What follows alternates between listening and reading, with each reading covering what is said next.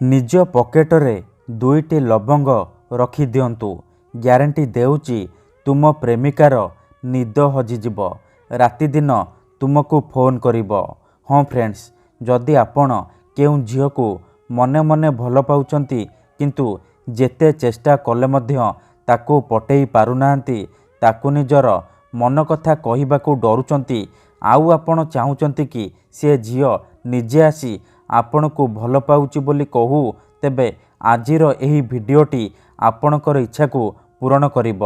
कारण आजिर एही भिडियोटी रे मु आपण को शिखेइबी दुईटी लवंगर साहाय्य झील पटेइबा पई वशीकरण विद्या, जहाको प्रयोग करी आपण निज पसंदर झील बा सुंदरी पड़िशा घर भाउज को पटेई पारिबे, ताठारु निजर मन मुताबक काम हासिल करि पारिबे। एही वशीकरण करिबा पई आपणको कोनोसी प्रकार मंत्र तंत्र करिबाकू पड़िबनी किंबा किछि भी पैसा खर्च करिबाकू पड़िबनी। आपण बिना मंत्र बिना तंत्र बिना किछि पैसा खर्च करी निज पसंदर सुंदरी झील को पटेई पारिबे। केवल आपणको दुईटी लवंग निज पकेटरे रखिबार अछि। ग्यारंटी देउची जेमिति आपण पकेटरे लवंग रखिबे तुम प्रेमिकार निद हजिजिब, राति दिन तुमको फोन करिब, घर को डाकिब, जहा चाहिबे ताहा करिब। नमस्कार फ्रेंड्स, ओडिया फंडा चैनल को आपण मानकु स्वागत। जदि आपण निज पसंदर झील को पटेइबाकू चाहुचंती, विवाहिता महिला को पटेइबाकू चाहुचंती, तेबे मो कथा मानी एही भिडियोटी को शेष पर्यंत देखंतु। कारण आजिर एही भिडियोटी रे मु आपणक पई आमर तंत्र शास्त्ररू एमिति एक महाशक्तिशाली वशीकरण नहीं आसीची, जहाको प्रयोग करदेले आपण निज पसंदर सुंदरी झील को पटेई पारिबे, पड़िशा घर भाउज को प्रेम रे दीवानी करि पारिबे।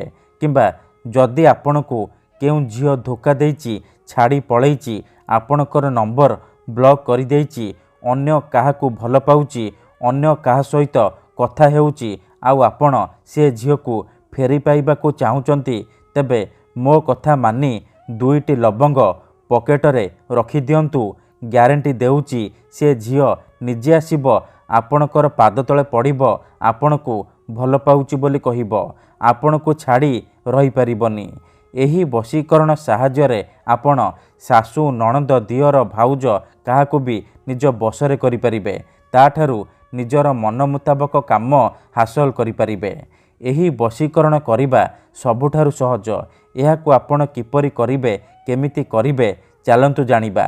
विधिटी करिबा पूर्वरु मोर आपण मानकु अनुरोध कि जदि आपण आम चैनल को नुआ आसीचंती, तेबे दयाकरी चैनल को सब्सक्राइब करी पाखर थिबा बेल आइकन को मध्य दबाई दियंतु, जहाद्वारा आमे जेउ भी वीडियो अपलोड करिबु सर्वप्रथमे आपण देखि पारिबे, आउ तार लाभ पाई पारिबे।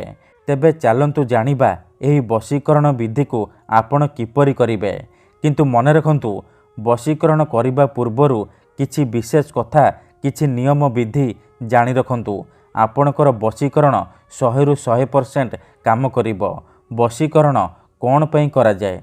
जेतेबेले आपण काहाकू निजठारु अधिक भल पाउचंती, ता बिना बंची पारिबेनी भाबुचंती, सेतेबेले आपण वशीकरण करि पारिबे।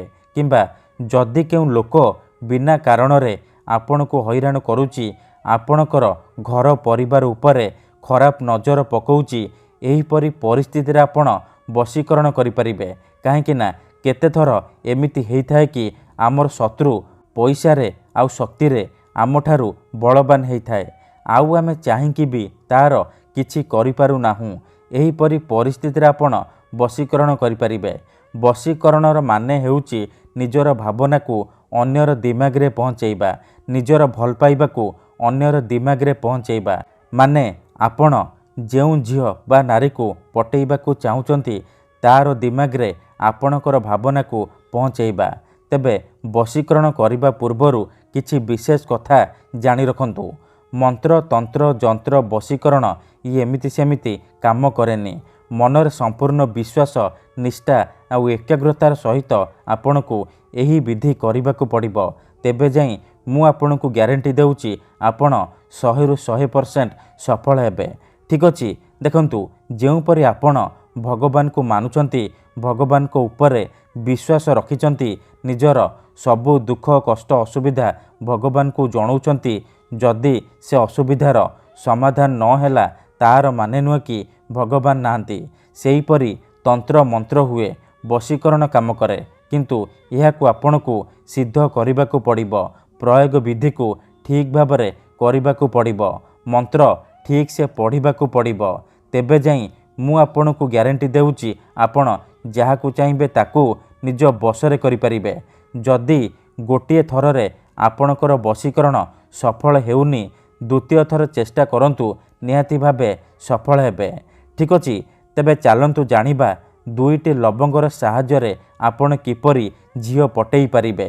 କେବଳ ଆପଣଙ୍କୁ 2ଟି ଲବଙ୍ଗ ପକେଟରେ ରଖିବାର ଅଛି, ତାପରେ ଦେଖିବେ କିପରି ସେ ଝିଅ ଆପେ ଆପେ ପଟିଯିବ।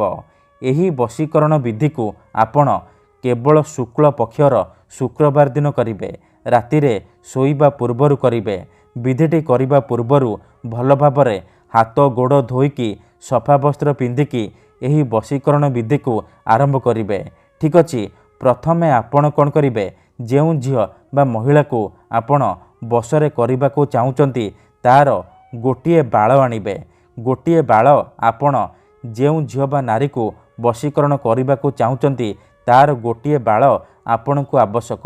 ତାପରେ 2ଟା ଲବଙ୍ଗ ଆଣିବେ ଆଉ ଅଳ୍ପ ଟିକେ ଲାଲ ସିନ୍ଦୁର ଆଣିବେ। ଏତିକି ଜିନିଷ ଆଣିସାରିବା ପରେ ନିଜ ଘରେ କୌଣସି ଏକ ଜାଗାରେ ନାଲି ରଙ୍ଗର ଆସନ ପକାଇକି ପଶ୍ଚିମ ଦିଗକୁ ମୁହଁ କରିକି ବସି ପଡ଼ିବେ। ତାପରେ ଯେଉଁ ଝିଅର ବାଳ ଆଣିଛନ୍ତି ସେ ଝିଅର ବାଳକୁ 2ଟା ଲବଙ୍ଗରେ ଭଲ ଭାବରେ ଗୁଡ଼େଇ ଗୁଡ଼େଇ ବାନ୍ଧିଦେବେ। ତାପରେ ସେଥିରେ ସିନ୍ଦୁର ଲଗାଇଦେବେ। ଏତିକି କରିସାରିବା ପରେ ସେ ଲବଙ୍ଗକୁ ଡାହାଣ ହାତରେ ମୁଠେଇକି ଧରିବେ ଆଉ ଆଖି ବନ୍ଦ କରିକି ସେଇ ଝିଅ ବା ମହିଳାକୁ ମନେ ମନେ ଭାବିବେ, ତାର ମୁହଁକୁ ନିଜ ମନରେ ଭାବିବେ। ଭାବି ସାରିବା ପରେ ଆପଣ କ'ଣ କରିବେ, 7 ଥର ସେଇ ଝିଅ ବା ମହିଳାର ନାମ କହିବେ। ତାପରେ ସେ ଲବଙ୍ଗରେ ଗୋଟିଏ ଥର ଫୁଙ୍କି ଦେବେ। ଫୁଙ୍କି ସାରିବା ପରେ ଆପଣ କ'ଣ କରିବେ, ସାଙ୍ଗେ ସାଙ୍ଗେ ସେ ଲବଙ୍ଗକୁ ଜାଳିଦେବେ। ସେ ଯେଉଁ ଝିଅର ବାଳ ଗୁଡ଼ିଆ ହେଇଥିବ ସେଇ ସୁଦ୍ଧା ଆପଣ ସେ ଲବଙ୍ଗକୁ ଜାଳିଦେବେ। ଜାଳି ସାରିବା ପରେ ବାକି ଯାହା ବି ବଳିକି ରହିବ ଆପଣ କ'ଣ କରିବେ, ତାକୁ ଖଣ୍ଡେ ସାଧା କାଗଜରେ ମୋଡ଼ିକି ନିଜ ପକେଟରେ କିମ୍ବା ମନି ପର୍ସରେ ରଖିଦେବେ। ଗ୍ୟାରେଣ୍ଟି ଦେଉଛି ଯେପର୍ଯ୍ୟନ୍ତ ସେ ଲବଙ୍ଗର ପାଉଁଶ ଆପଣଙ୍କ ପାଖରେ ଥିବ ସେ ଝିଅ ହେଉ ବା ସୁନ୍ଦରୀ ଭାଉଜ ଆପଣଙ୍କର ସବୁ ଇଚ୍ଛା ପୂରଣ କରିବ। ଯାହା ଚାହିଁବେ ତାହା କରିବ, କୌଣସି ପ୍ରକାର ବାଧା ଦେବ ନାହିଁ। ଧନ୍ୟବାଦ।